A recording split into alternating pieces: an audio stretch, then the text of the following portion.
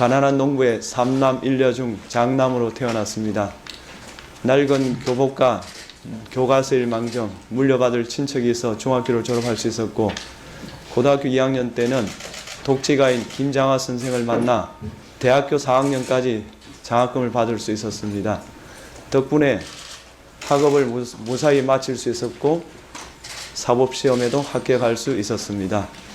김장하 선생은 한약업소로서 번 돈으로 명신고등학교를 건립하여 경상남도에 기증하였고 수백 명의 학생에게 장학금을 지급하였으며 형평운동 기념사업회, 진주 오광대 보건사업, 경상대학교 남명강 건립 등 좋은 일을 많이 하였습니다. 선생은 제게 자유에 기초하여 부를 쌓고 평등을 추구하여 불합리한 차별을 없애며 박애로 공동체를 튼튼히 연결하는 곳이 가능하다는 것을, 가능한 곳이 대한민국이라는 것을 몸소 깨우쳐 주셨습니다. 제가 사법시험에 합격하고 인사하러 간 자리에서 내게 고마울 필요는 없다.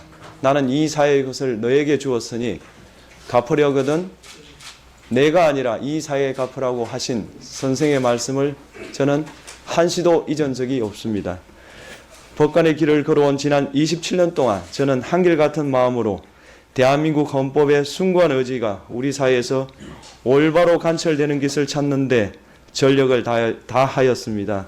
그것만이 선생의 가르친 대로 제가 우리 사회의 진빚을 조금이나마 갚을 수 있는 길이라 여기면서 살아왔습니다. 제가 헌법재판관에 임명되더라도 지금까지 간직해온 저의 초심은 언제나 변하지 않을 것입니다. 헌법이 대한민국의 집이라면 헌법재판관은 대한민국의 문지기와도 같습니다.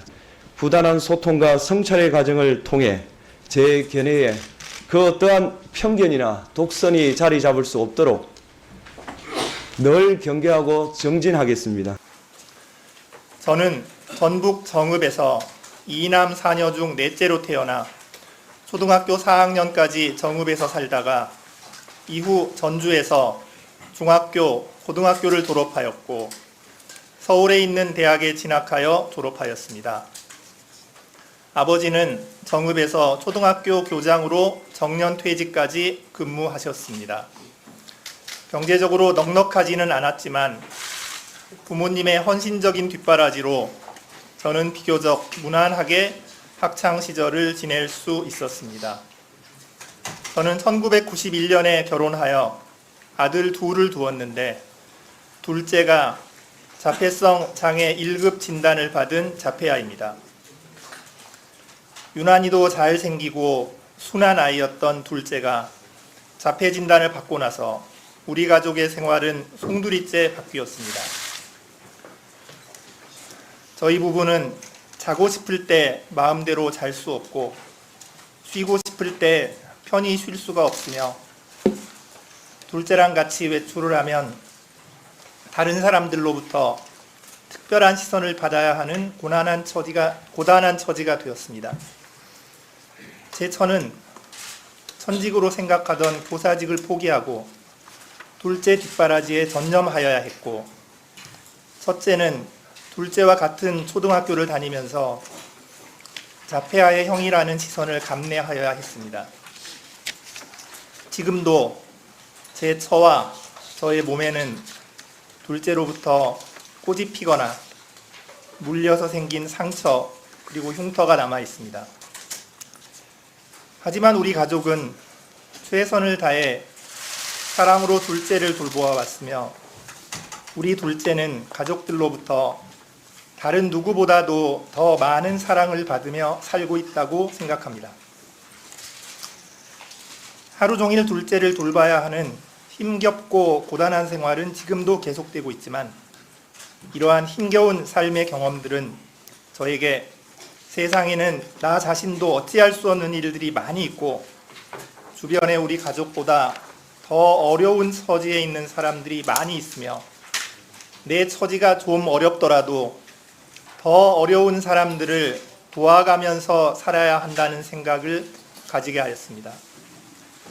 그리고 이러한 경험이 저로 하여금 세상을 좀 더 폭넓고 깊이 있게 이해하는 계기가 되었고 법관으로서의 자세나 시각에도 긍정적인 영향을 주었다고 생각합니다. 저는 1993년 서울지방법원 의정부 지원 판사로 임명된 이래 지금까지 30년 동안 각종 재판 업무와 다양한 사법행정 업무를 담당하여 왔습니다. 법관으로서 저의 생활은 하루하루가 반성과 후회의 연속이었습니다.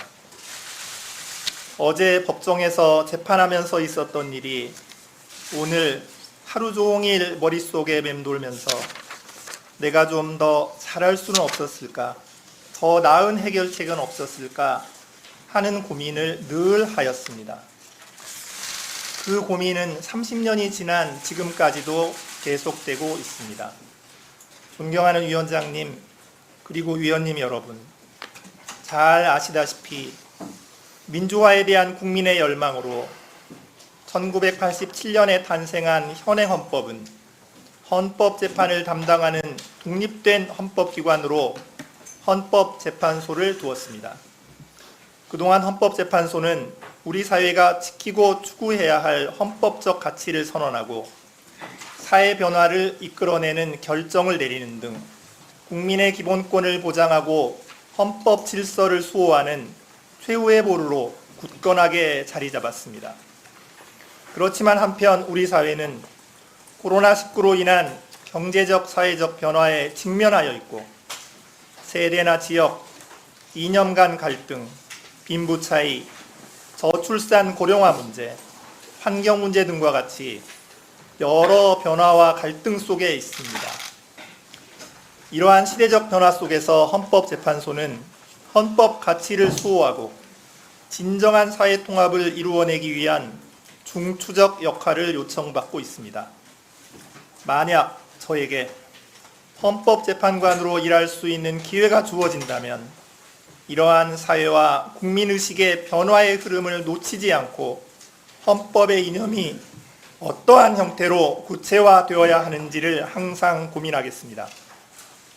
이를 통해 다수결의 원칙이 지배하는 민주주의 사회에서 소수자, 약자의 인권을 보호하고 실질적 평등의 원칙을 실현하는 한편 헌법 질서가 존중되는 사회를 이루어 나가는데 혼신의 힘을 다하겠습니다.